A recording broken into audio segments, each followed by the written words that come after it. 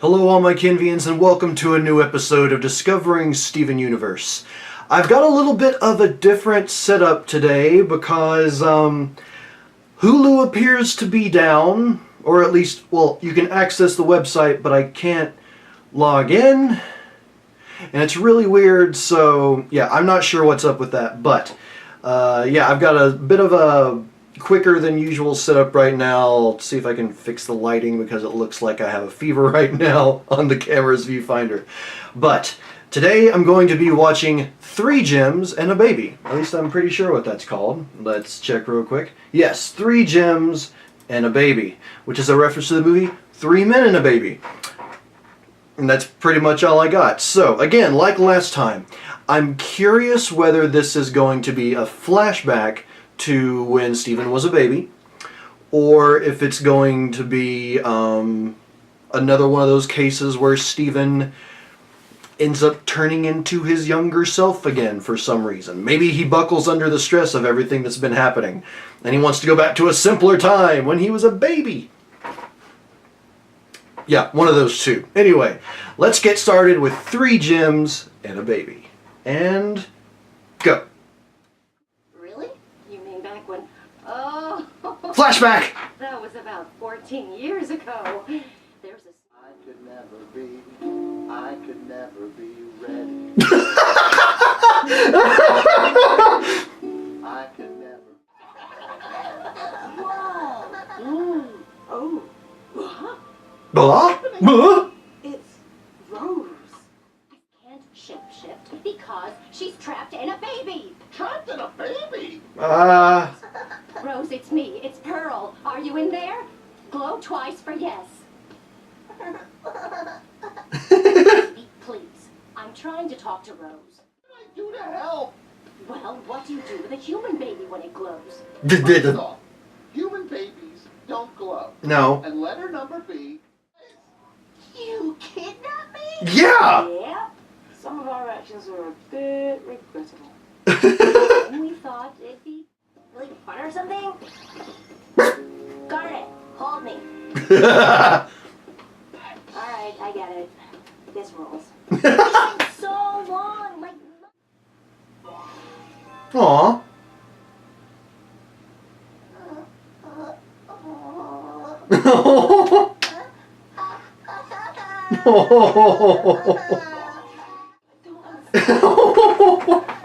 He has no object permanence.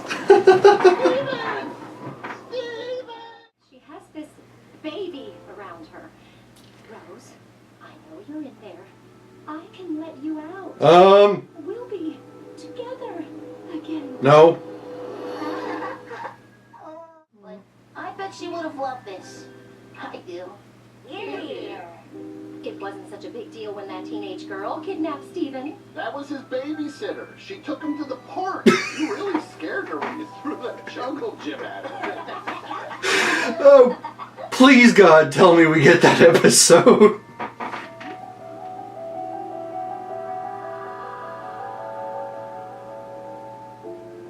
Creepy, scary music.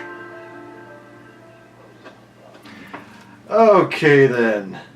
No, that's not what I meant to do. Okay, 3 Gems and a Baby. So, yes, one of my theories was correct. We did get a flashback, and we got to see a very early... Well, we have seen the gems before Steven, but this is the earliest that we've seen them when Steven was born. And, I mean, Garnet was, as usual, very cool and put together, with the exception of kidnapping Steven. But, yeah, this was really cool. It's like, Amethyst is not able to fully grasp what Steven is. In her mind, it's just Rose has shape-shifted. Even Garnet is like, even though she's calm and put together, she's thinking it's a fusion, which... I mean, I could see some theories around that to where she's not entirely wrong, but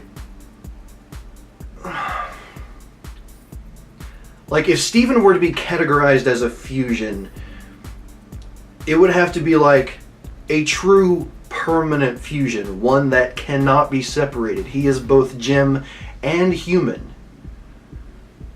So, again, in that way, Garnet is not wrong, but she is still wrong. But then, most of all, we see Pearl's feelings towards Steven, which when we saw those flashbacks, we saw her feelings toward Greg. And even, you know, leading up to Mr. Greg, we experienced her relationship with Greg. But we never, to this degree, we never saw her resent Steven. And maybe I'm wrong in saying resent him, but she definitely, she was essentially almost willing to kill him with the possibility that Rose might return. Like, just remove the gem. She was willing to do that. And obviously she, I mean, if she was willing to do it, she quickly changed her mind. Obviously, I would say thank goodness, but I mean, clearly. But it's like all of those were emotions and feelings towards Steven, thoughts towards Steven that we haven't experienced in this show up until this point. We have seen the gems grow to understand more about what he is. Steven come to understand more about what he is. But this was like at the very beginning.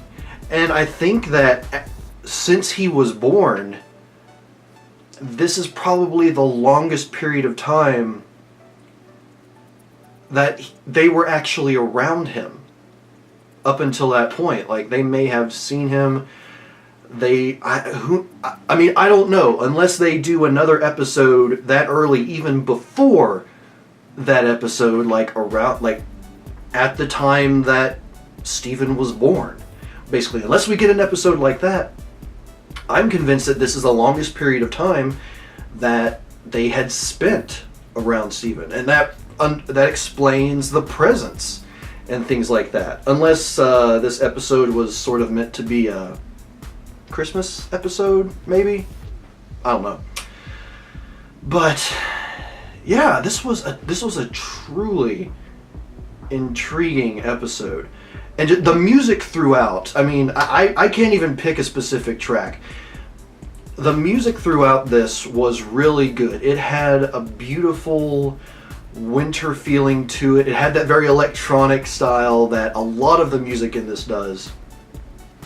And I can't remember the name of the song, but the song that Greg was singing at the beginning was beautiful, almost lullaby-like, just very gentle and just talking about what he's experiencing at the time. I really like that part. But yeah, just the very I'm probably getting that wrong, but you know, similar to that music that we get through the episode is beautiful. And yeah, as far as music throughout an episode goes, like consistently, I think this is one of the strongest episodes. Now, not necessarily the best song or anything like that, but as an episode with just music playing throughout it, I feel like this really hit the nail on the head. Or at least that's my feelings right now. I don't know. But let's see, anything else about this episode that really stood out to me? I mean, at any of these flashbacks, or really any instance where Greg is reminded of how he doesn't have Rose, it's just him and Steven. Seeing that picture of Vidalia, Yellowtail, and Sour Cream, I mean, it's just a short, subtle moment, but right there seeing the expression on his face, just that sadness, it says a lot. And again, I mean, that's not a new instance. Again, we've seen moments like that with Greg where he clearly misses Rose. But for this episode, it was particularly powerful because again, it's like this is so early in Steven's life, Greg hasn't had a chance to adjust to that fully. I mean, he's still trying to adjust to the idea of being a dad, taking care of this small child, despite the fact that he's a few months old. I mean, I'm sure whenever the day comes that I'm a dad, I'll probably be quite a ways into it and probably won't know much of what I'm doing. But I'll try, just like Greg tries his best. And how could he have seen that 3 gems that are basically his caretakers would kidnap Steven? Hopefully I never have my kid kidnapped, because I don't have 3 gem friends that would just run away trying to figure out what the baby is, and I would probably have to kill them. That got dark. I'm sorry. Anyway. But yeah, 3 gems and a baby. Really enjoyed this episode. And I'm hoping that between now and the next episode that I record, that Hulu will start working again, because I really do miss those captions. It sort of helps me absorb everything that's going on. Although, I don't know, I might go ahead and record the next episode shortly after finishing this, and that will be Steven's Dream. And just based on some of the comments that I've gotten from Gem Harvest talking about Steven's Dream, this may be something to look forward to. And I can't wait to figure out what it is. And also I'm looking forward to finding out what's with that music and what it foretells. That ending theme music that's getting more powerful all the time. What does it foretell? Because it's foretelling something bad. I'm sure it is. Because that's kind of how it goes in this show. So yeah, until next time everyone, I am Papa Ken, and I will see you in the next episode of Discovering Steven Universe for Steven's Dream. Until then, later days.